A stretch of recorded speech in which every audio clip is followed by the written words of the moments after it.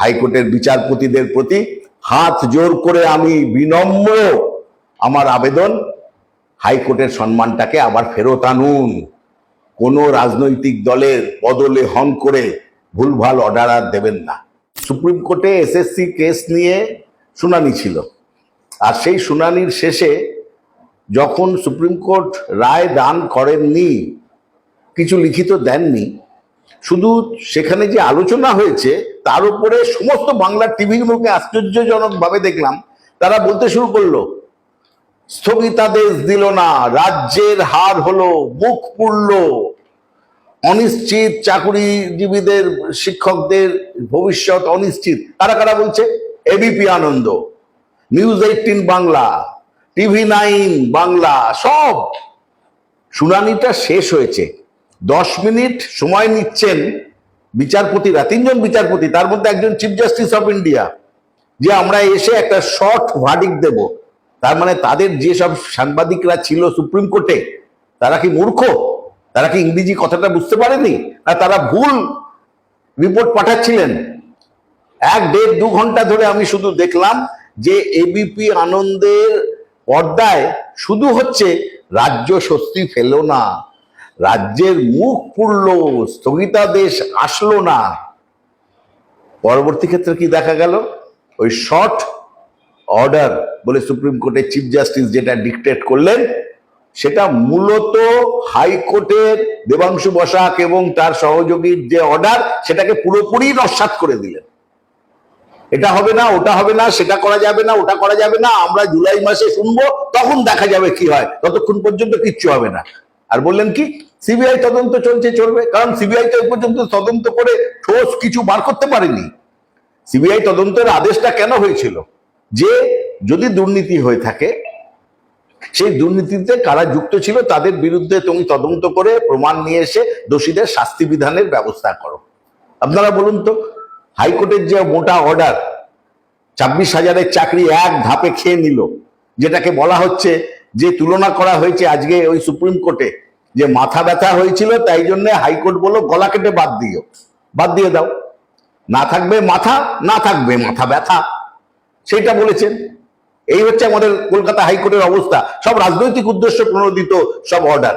সেই একটা বাজে মালই বলা উচিত, বাজে মাল, অভিজিৎ গাঙ্গুলি শুভেন্দুর কাছে টাকা খেয়ে অর্ডার দিতেন ওই বিচারপতির চেয়ারে বসে, কলঙ্কিত করেছেন চেয়ারটা। এখন বাইরে বিজেপির মাফলার গলায় দিয়ে এখন জয় বিজেপি, জয় বিজেপি, জয় মোদী, জয় শুভেন্দু করছেন। লজ্জা হওয়া উচিত না? এটা বিচারপতি, তিনি মানে ওই শুভেন্দুর হাত ধরে সব অর্ডার দিতেন 1.5-2 বছর ধরে, আবার তিনি বড় বড় কথা বলছেন। সেই অভিজিৎ গাঙ্গুলির পদাঙ্ক অনুসরণ করে এইরকম রায় হয়েছে। মাথায় ব্যথা, গলা কেটে বাদ। কয়েকজনের নাকি চাকরি অবৈধ, তাহলে বৈধ অবৈধ মিলে 26,000-এর চাকরি খেয়ে নাও। মমতা বন্দ্যোপাধ্যায় বলেছে চাকরি খেতে দেবো না। এসব চাকরি খেকোর দল, তার মধ্যে মোদীকেও ফেলেছে।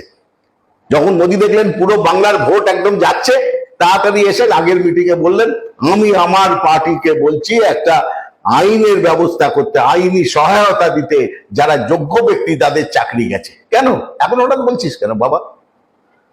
তার আগে তো শুভেন্দু অধিকারী 2 হাত তুলে নাচছিল। অভিজিৎ গাঙ্গুলি বলেছিলাম না, দেখো সকলের চাকরি খেয়েছি।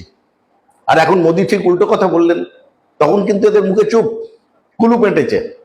যাই হোক, এই রায় আজকে প্রমাণ করে দিল যে বিজেপি তার সহযোগীদের নিয়ে, সহযোগী মানে ইডি সিবিআই কে নিয়ে কিরকম একটা ষড়যন্ত্র করছে। সেটা সন্দেশখালীর ক্ষেত্রেও আমরা দেখেছি কি ভয়ানক ষড়যন্ত্র। আমি সেই বিষয়ে অন্যদিন বলবো, আজকে বলছি না। এবং এর সঙ্গে হাইকোর্টের একটা বিশেষ অংশ যুক্ত হয়ে আছে।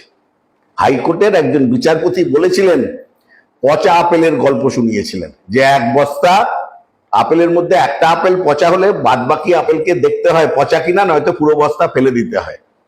কলকাতা হাইকোর্টের অবস্থা আজকে এটা হয়েছে। আমি বলবো কলকাতা হাইকোর্টের যত বিচারপতি আছে, আপনারা বসে পচা আপেলগুলোকে চিহ্নিত করুন। হাইকোর্টের মান সম্মান সব যাচ্ছে। ভারতবর্ষের মধ্যে সব থেকে পুরনো হাইকোর্ট এটা, এককালে সুপ্রিম কোর্ট ছিল।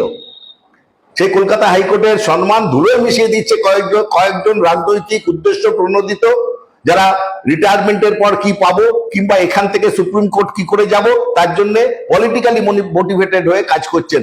একজন তো অলরেডি পলিটিক্যালি মোটিভেটেড হয়ে কাজ করছিলেন ভেতরে থেকে, এখন বাইরে এসে নির্বাচনে দাঁড়িয়েছেন। সুতরাং আজকের রায়, জুলাই মাসের শুনানিতে কি হবে সেটা পরের কথা। সব থেকে বড় কথা, মমতা বন্দ্যোপাধ্যায় যেটা বলেছিলেন তার প্রতিষ্ঠা হয়েছে। চাকরিহারাদের চিন্তা করতে হবে না, প্রত্যেক মাসে মাইনে দেবেন বলেছিলেন, গত মাসেও হয়েছে, সামনের মাসেও মাইনে হবে। সংসার ভাঙবে না, সংসার ভেসে যাবে না, কেউ আত্মহত্যার কথা ভাববেন না, চিন্তা করতে হবে না, মমতা বন্দ্যোপাধ্যায় আছে।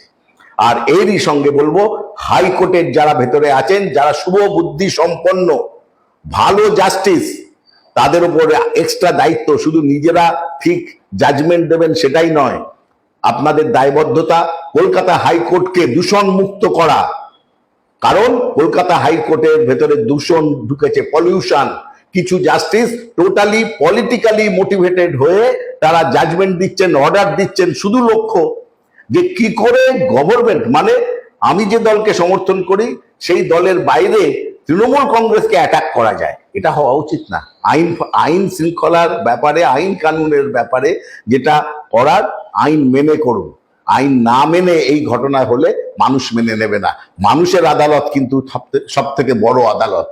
হাইকোর্টের বিচারপতিদের প্রতি হাত জোর করে আমি বিনম্র আমার আবেদন, হাইকোর্টের সম্মানটাকে আবার ফেরত আনুন।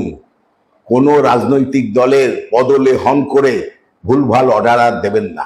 ধন্যবাদ। বিভিন্ন তথ্য সমৃদ্ধ খবর জানতে আমাদের ফেসবুক পেজটিকে ফলো করুন।